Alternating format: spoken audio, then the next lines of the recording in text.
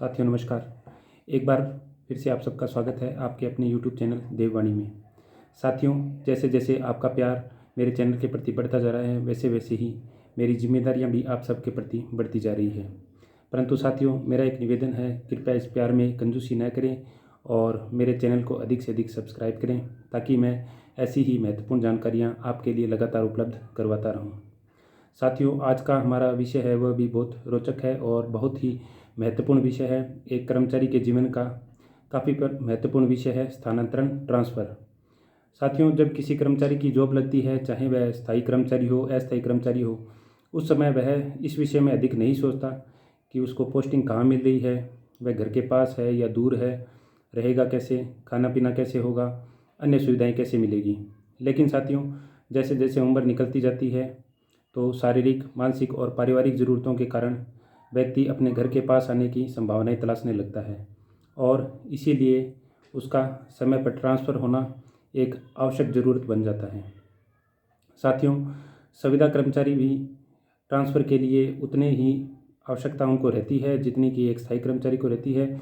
और मैं ये कहूँगा कि संविदा कर्मचारियों को तो ट्रांसफ़र की आवश्यकता और अधिक है क्योंकि उनका वेतन भी संतोषजनक नहीं होता। तो ऐसी परिस्थिति में यदि संविदा कर्मचारी अपने घर के आसपास रहकर नौकरी करेगा तो उसके लिए अधिक सुविधाजनक रहेगी। तो ट्रांसफ़र संविदा कर्मचारियों के लिए भी एक बहुत महत्वपूर्ण विषय है।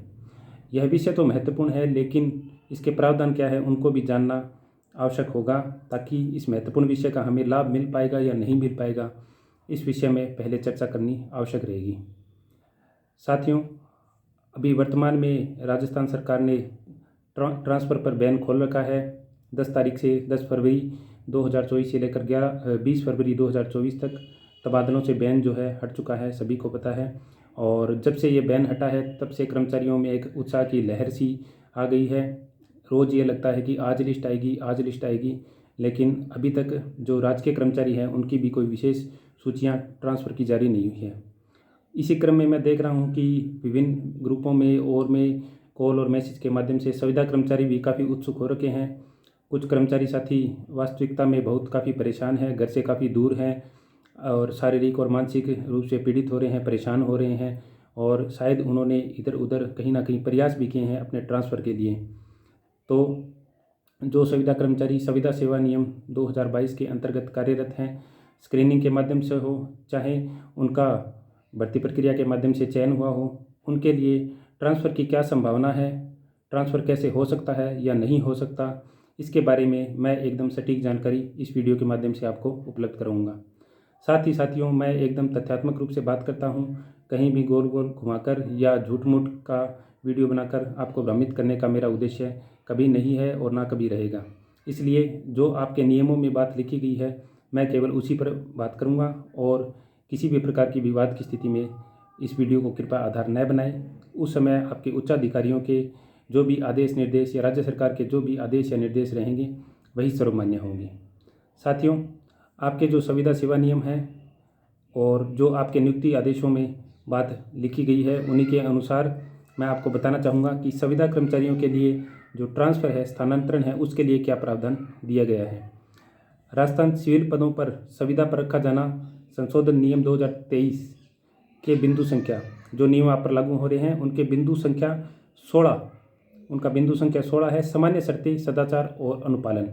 जब साथियों आप संविदा सेवा नियमों को देखेंगे तो उनका 16 नंबर बिंदु आप देखना एक बार, उनमें सामान्य शर्तें, सदाचार और अनुपालन के बिंदु दिए गए हैं।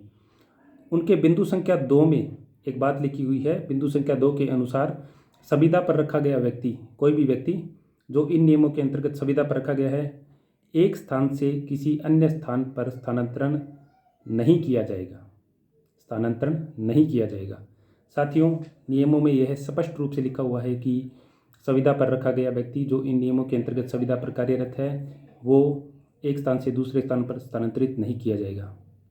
तो जब नियमों में स्पष्ट लिखा हुआ है तो कुछ लोग अगर आपको कह रहे हैं कि आपका ट्रांसफ़र हो जाएगा, ऐसे हो जाएगा, वैसे हो जाएगा, तो वो किस आधार पर कह रहे हैं, मेरे तो ये समझ से बाहर है। फिर भी हो सकता है विशेष परिस्थितियों में सरकार, अधिकारी, कर्मचारी, कुछ कर्मचारियों के स्थानांतरण अगर कर भी देते हैं संविदा कर्मचारियों के, तो भी कोई इसमें दिक्कत वाली बात हमारे लिए नहीं है, क्योंकि अच्छी बात है अगर स्थानांतरण होते हैं किसी भी तरीके से तो आगे और लोगों के लिए भी रास्ते खुलेंगे। लेकिन सेवा नियमों में यह बात स्पष्ट रूप से लिखी हुई है कि किसी भी स्थिति में स्थानांतरण नहीं किया जाएगा। तो साथियों, अब क्या करें? यह बहुत बड़ी समस्या हो जाती है कि भाई जब नियमों में लिख दिया है तो अधिकारी तो जाते हैं, नियमों का हवाला देंगे पहले तो, और कहेंगे कि भाई हमने नियमों में स्पष्ट लिख रखा है तो हम नियमों से बंधे हुए हैं। ऐसी स्थिति में हमें यह करना चाहिए कि आप लोग ज़्यादा से ज़्यादा जो है अपने ज्ञापन वगैरह में यह बात लिखें कि कार्मिक विभाग जो है इन नियमों में ये संशोधन करें, और जो स्थानांतरण है बाकी नियमित कर्मचारियों की तरह संविदा कर्मचारियों के भी स्थानांतरण समय समय पर ज़रूरत के अनुसार और मांग के अनुसार करें। तब यह नियमों में संशोधन होगा, तब आपकी कोई ट्रांसफ़र का सिस्टम बैठ सकेगा। इससे पहले कर्मचारी जो संविदा कर्मचारी अलग अलग विभागों में कार्यरत थे तो उनके ट्रांसफ़र के लिए अलग अलग नियम थे। जैसे चिकित्सा विभाग में अलग से ट्रांसफ़र पॉलिसी बनी हुई थी जिसको रिलोकेशन पॉलिसी के नाम से जाना जाता था। उसके आधार पर समय समय पर जो है संविदा कर्मचारियों के रिलोकेशन होते रहते थे रिक्त पदों पर, या कभी आपस में इंटरचेंज के द्वारा भी लोगों की रिलोकेशन काफ़ी संख्या में होते रहे हैं। ज़रूरत के अनुसार अधिकारियों द्वारा उनके किए जाते रहे हैं।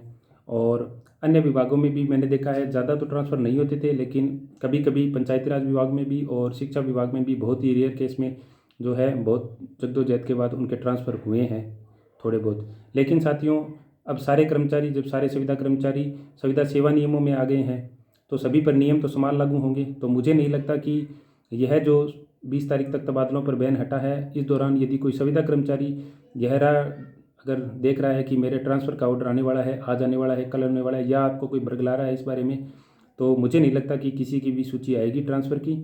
और कुछ लोग रिक्त पद पूछने में और में जो लगे हुए हैं उनसे भी मेरे को ये लगता है कि कोई फ़ायदे वाली बात है नहीं।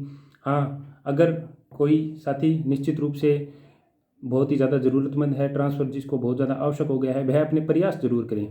साथियों, आप अपना जो आवेदन पत्र है, अपने प्रार्थना पत्र है, वह जो अपने उच्चाधिकारियों तक, सक्षम अधिकारियों तक और अपने जो स्थानीय नेता है, विधायक है, एमपी है, उनके माध्यम से ज़रूर सक्षम स्तर तक पहुंचाते रहें, क्योंकि जो लिखित कागज़ है उसकी वैल्यू बहुत होती है सरकार में।